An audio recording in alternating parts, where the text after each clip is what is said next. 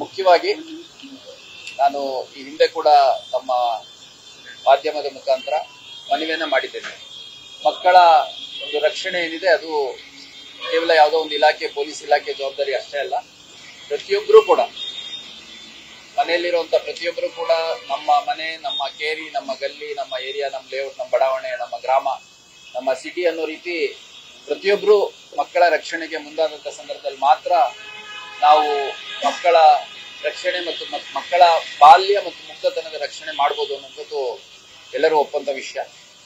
ಇತ್ತೀಚಿನ ದಿನದಲ್ಲಿ ನಮ್ಮಲ್ಲಿ ಒಂದು 4.5 ವರ್ಷ ಮಗು ಮೇಲೆ ಲೈಂಗಿಕ ದೌರ್ಜನ್ಯ ಆಗಿ ಅದರಿಂದ ಸಾವು ಕೂಡ ಆಗಿತ್ತು. ಆ ಒಂದು ಪ್ರಕರಣ ತಾವೆಲ್ಲ ಗಮನಿಸಿದಿರಿ.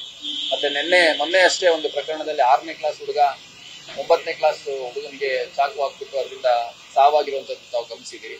ಮತ್ತು ಬಹಳಷ್ಟು ಸಂದರ್ಭದಲ್ಲಿ ನಾವು ಗಮನಿಸ್ತಾ ಇರ್ತೀವಿ. ವಿದ್ಯಾಗಿರಿಯಲ್ಲಿ ಒಂದು ಪ್ರಕರಣ ಆಗಿತ್ತು. ಬಹಳ ಚಿಕ್ಕದೊಂದು 8-9 ವರ್ಷದ್ದು ಮಗುಗೆ ಅವ್ರದೇ ಸಂಬಂಧಿಕರ ಒಂದು 55-60 ವರ್ಷ ವಯಸ್ಸಿನ ಒಬ್ಬ ವೃದ್ಧ ಲೈಂಗಿಕ ದೌರ್ಜನ್ಯ ಮಾಡಿದ್ದು ಗಮನಿಸಿದ್ರಿ. ಅಶೋಕ್ ನಗರ ಪೊಲೀಸ್ ಠಾಣೆಯಲ್ಲಿ ಸುಮಾರು 7 ವರ್ಷದ ಮಗು ಮೇಲೆ ಲೈಂಗಿಕ ದೌರ್ಜನ್ಯ ಆಗಿದ್ದು ಗಮನಿಸಿದಿರಿ.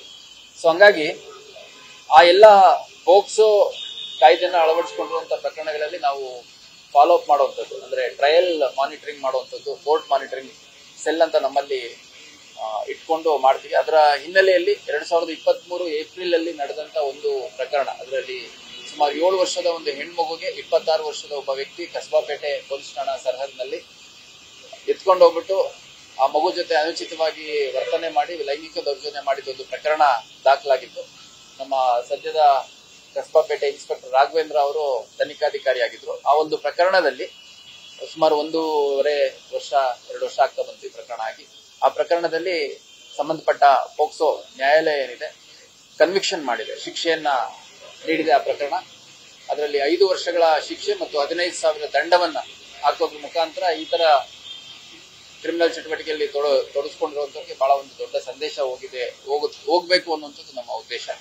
ಅದೇ ರೀತಿ ಪೋಕ್ಸೋ ಕಾಯ್ದೆಯಲ್ಲಿ ದಾಖಲಾಗುವಂತಹ ಪ್ರಕರಣನ 60 ದಿನಗಳ ಒಳಗಾಗಿ ನಾವು ತನಿಖೆಯನ್ನ ಪೂರ್ತಿಗೊಳಿಸಿ ನ್ಯಾಯಾಲಯಕ್ಕೆ ಅಂತಿಮ ವರದಿಯನ್ನ ಸಲ್ಲಿಸ್ತೇವೆ.